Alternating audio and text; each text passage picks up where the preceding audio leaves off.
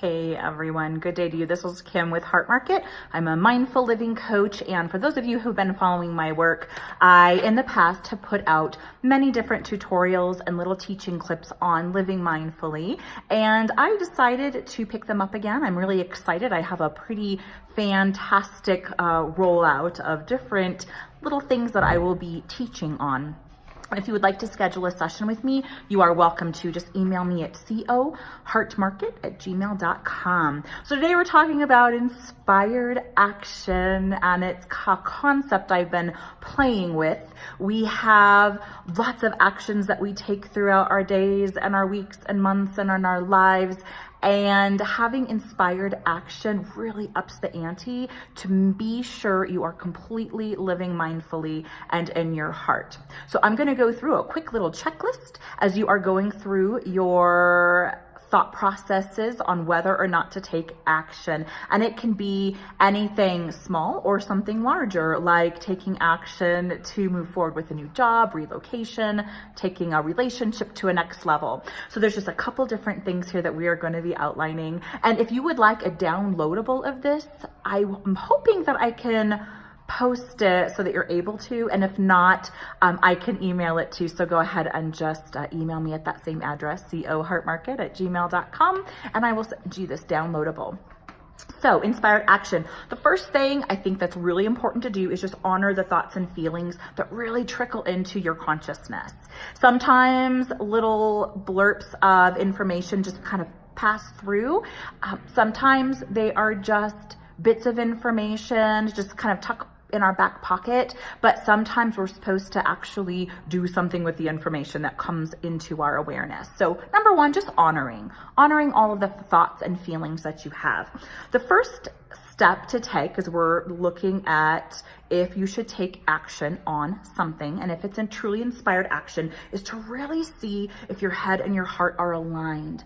Oftentimes we stay in our head and we get in that cyclical process of being stuck with these thoughts, and oftentimes if we're depressed, we're holding on to the past. If we're having anxiety, that's stress about the future, things that we just need to let go of. So really getting quiet and into your heart is a great way to see if this thought that you're having is in alignment with your heart and if you should take action. So the answer is yes, there's an alignment there. That's a really good clue that this would be inspired action that you should move forward.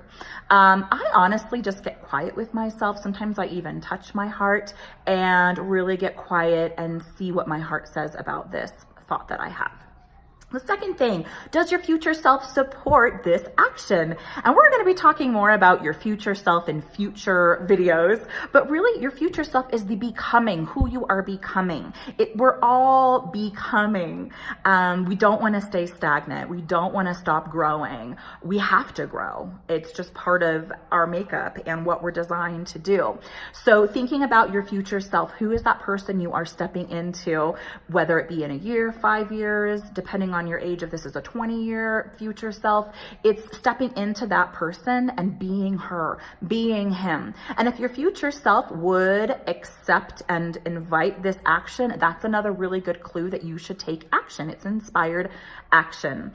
So we're going to be talking about more of that future self. If you're not really very comfortable with that terminology, we'll be talking more about that as well. Some people would replace future self with higher self. I think of those as two different kind of states of awareness, but your higher self as well. Would your higher self also promote this action that you are thinking about taking?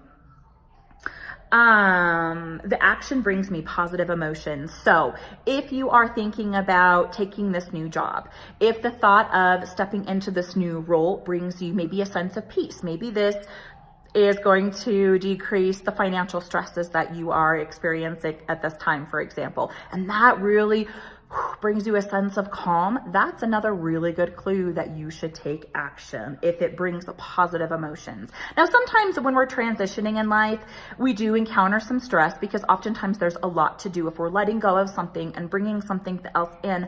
But little blurps of stress are actually good for us. We just don't want to sit there and dwell there and live in that stressful time. So kind of check in with your emotions. Your emotions are a filter for everything we should be doing. We should always be checking with our emotions.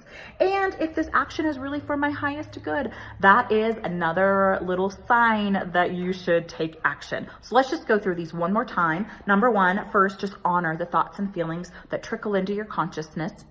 Number two, are my head and my heart aligned? If the answer is yes, keep going. Number three, my future self supports this action. And if the answer is yes too, you want to protect that. You want to protect the process and your future self and this action. And this action brings me positive emotions and it is for my highest good. So if you can say that the answer is yes to all of these little things on the checklist, that's a pretty good clue that you should take inspired action. I hope this finds you well. I hope you enjoyed this video. Be on the lookout for more. And just so you know, I actually went through this process to discern if I actually should take action and roll out these new video series that I have crafted. So have a beautiful day. All my love. Bye-bye.